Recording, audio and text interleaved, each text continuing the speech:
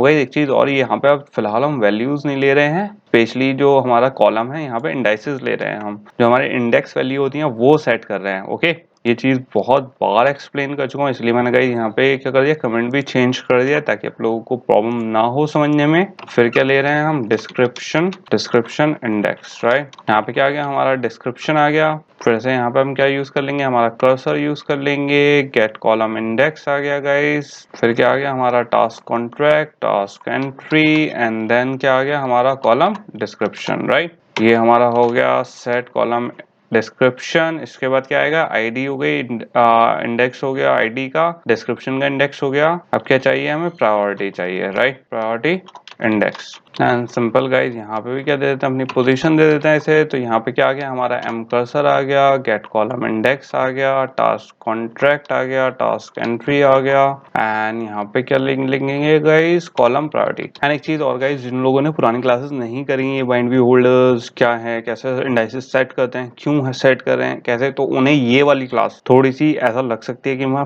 Fast कर रहा हूँ या फिर उन्हें लॉजिक समझ में नहीं आ सकता है, वो इसलिए गाइज मैं ऑलरेडी ये वाली जो चीज़ें हैं डेटाबेस की, मैं लिटरली कम से कम पूरे कोर्स में अभी तक 5th टाइम मैं ये वाले पार्ट कर रहा हूँ। तो सिंपल, क्योंकि गाइज ऑलरेडी कोर्स बहुत लंबा खिंच चुका है, एंड ये वाला एक एक्स्ट्रा पार्ट है, क्योंकि मैंने एक ऐप दूसरे तरीके से बिना कंटेंट हमारा इंस्टेंस क्रिएट करके डेटाबेस का करके दिखाया था। ये सिंपल मैं इसलिए करके दिखा रहा हूँ ताकि थोड़ा सा कुछ लोगों को कंफ्यूजन हो कि कैसे हम कन्वर्ट कर सकते हैं, कैसे रीफैक्टरिंग होती है किसी एक ऐप की, बिल्कुल ही अलग कॉन्सेप्ट पे तो एक करके दिखा रहे हैं। वरना गाइज ये वाला कुछ ऐसा मेरा कोई प्लान नहीं था, एंड इस पे गाइज क्योंकि मैं पूरा अगर हर चीज बाइंड व्यू होल्डर क्या है, कैसे वर्क कर रहा है, कैसे सेट कर रहा है, होपफुली अब आप लोगों को यहाँ इस पॉइंट ऑफ टाइम पे आगे गाइज इस चीज का तो एटलीस्ट कंफ्यूजन नहीं हुआ होगा कि कौन सा हमारा मेथड कौन सा वर्क कर रहा है एंड क्यों वर्क कर रहा है, राइट। ये वाली चीजें बहुत कॉमन हो चुकी हैं गाइज कि कहाँ कहाँ हमें इंडेक्स सेट करना है, कहाँ पे हमें वैल्यू कर्सर से लेनी है। तो होपफुली आप लोगों को यहाँ पे कंफ्यूजन नहीं होना चाहिए गाइज, जो रेगुलर क्लासेस कर रहे हैं एटलीस्ट उनको तो नहीं होना चाहिए।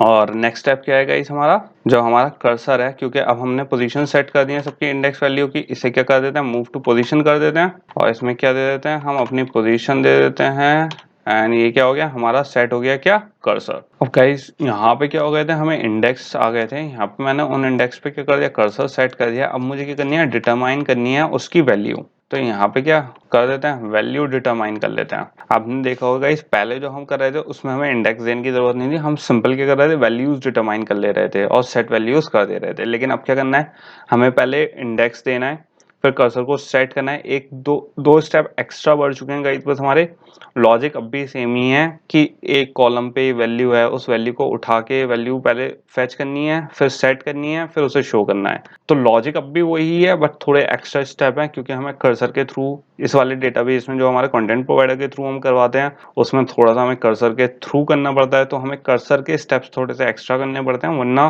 लॉजिक सेम है गाइस। तो यहाँ पे क्या कर लेते हैं, फाइनल टाइप का इंटीजर आईडी आ गया हमारा, और यहाँ पे क्या यूज करेंगे, जो हमारा एम कर्सर था, और कौन सा, आप क्योंकि गाइस गेट मेथड टाइप करेंगे, गेट एंड, और क्या चाहिए गाइस मुझे, जो हमारी आईडी इंडेक्स थी, राइट। क्योंकि अब क्या हुआ, जो हमारा कॉलम था जिसपे हमारा कर्सर सेट है, राइट, मुझे उसकी वैल्यू चाहिए, एंड उसमें किसके कर्सर जिस पे सेट था उसकी इंडेक्स वैल्यू, मतलब जो उस वक्त कर्सर जिस इंडेक्स पे होगा। तो गाइस जो हमारे इंडेक्स पे वैल्यू होगी मुझे वो चाहिए।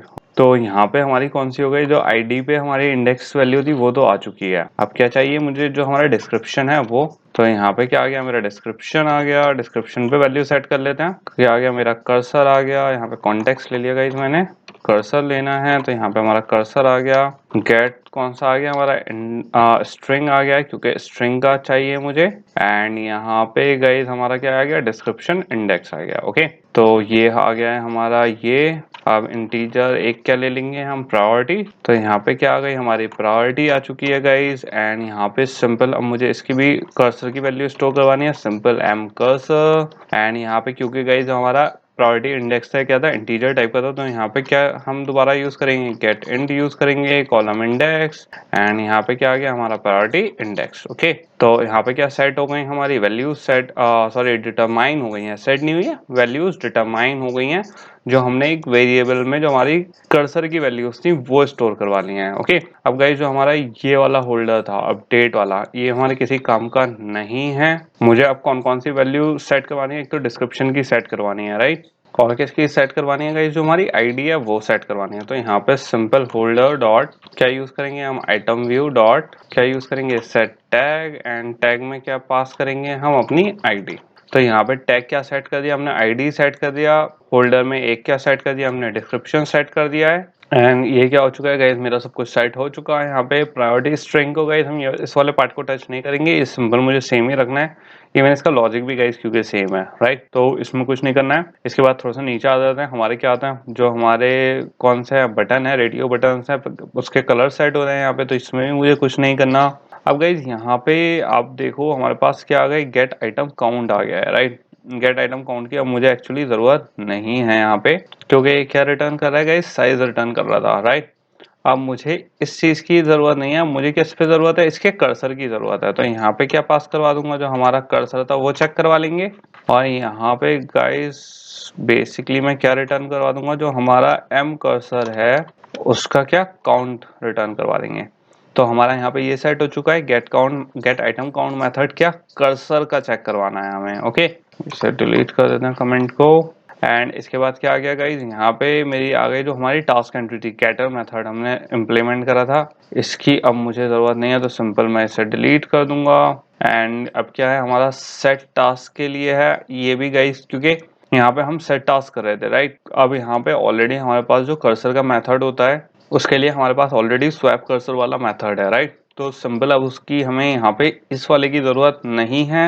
एंड जो हमारा आइटम क्लिक लिसनर है इसकी भी अब मुझे ज़रूरत सिंपली नहीं है। ओके, तो ये हमने यहाँ पे चेंज कर दिया, देख लेते हैं कुछ छूटा तो नहीं है गाइज। यहाँ पे हमारा एक्सटेंड हुआ है M cursor, okay okay okay okay, and सारी चीज़ें सही से चल रही हैं गाइज, आई थिंक कोई चेंजेस नहीं छूटे, एंड अगर कोई चेंजेस छूट गए होंगे तो गाइज उसे आगे कर लेंगे, जैसे जैसे दिखते रहेंगे वैसे वैसे चेंजेस करते रहेंगे। ओके, अब यहाँ पे ये डेटाबेस वाली फाइल्स बंद कर देते हैं गाइज, इनकी जरूरत फिलहाल अभी नहीं है।